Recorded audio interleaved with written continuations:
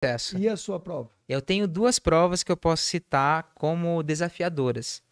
Uma, eu tinha 16 anos, eu era bem molecão, cru na corrida ainda, e tinha uns caras que era referência aqui na nossa região. Ganhava todas as corridas. E aí eu vim do atletismo.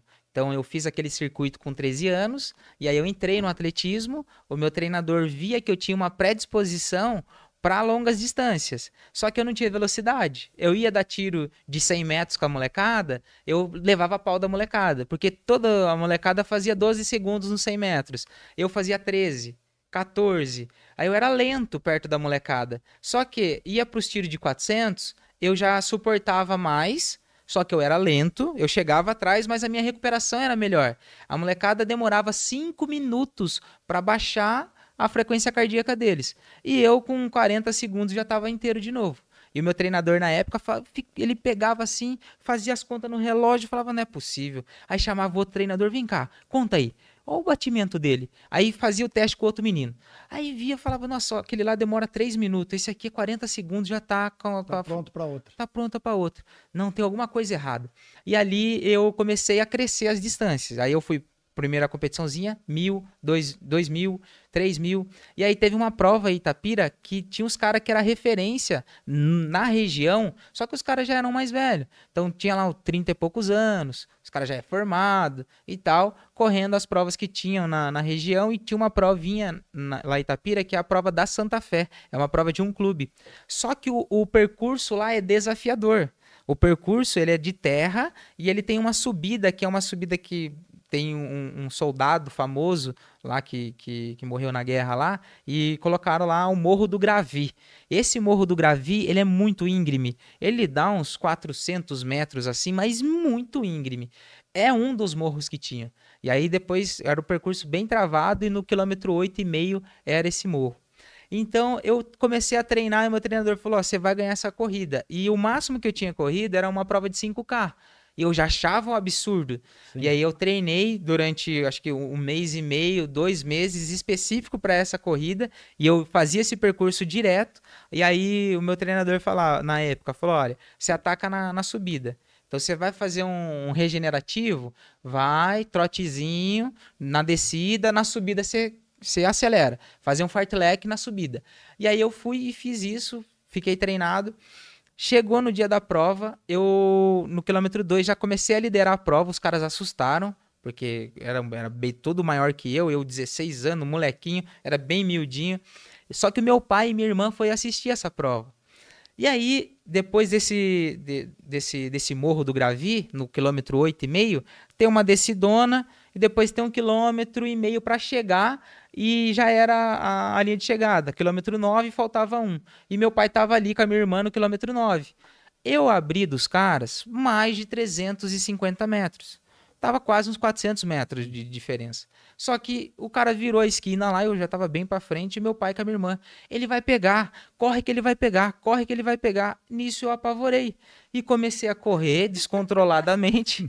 E aí eu esqueci de respirar. A prova, a chegada era numa subida. Eu cheguei, esqueci de respirar, ganhei a prova e passei mal. Desmaiei na prova, cara. Desmaiei na Nossa. prova. Aí todo mundo ficou preocupado. Falou, meu, o que aconteceu com ele? Nossa, aí eu precisei tomar glicose, porque faltou até oxigênio no meu cérebro, pra você ter noção de tão desafiador que foi. E aí eu falei, todo mundo falou, meu, mas eles estavam longe, por que você apavorou o menino e tal? E ali eu peguei eu destravei a primeira chavinha ali. Sim. Falei, eu aguento correr 10 quilômetros, bati o recorde da prova, quebrei todo mundo e me quebrei também. Quebrou. Então, mas depois disso daí ninguém mais do município, da região ganhou de mim ali, Olha. porque ou ficaram com medo de me matar, porque falou, ó, o Sim. negócio é o seguinte, o moleque, ele vai pra cima, ele não tem medo. E depois disso daí, os caras começaram a me respeitar, com 16 anos. E a outra prova, que foi a minha primeira maratona em 2019, não, 2020. Minha primeira maratona foi em 2020 na maratona de Sorocaba, que era o percurso antigo, que era um sobe e desce, e largaram lá quase 8 horas da manhã, 7 horas da manhã para uma maratona, É muito um tarde. calor de 30 e poucos graus. Teve gente que passou mal. Eu fui, fiz uma estratégia com o meu treinador. Na época, ele falou: Ó, você vai sair a 3:30 e vai manter a 3:30. Cara, eu fui. E os caras largaram na minha frente e eu com perna pra querer pegar eles. Não, você segura 3:30.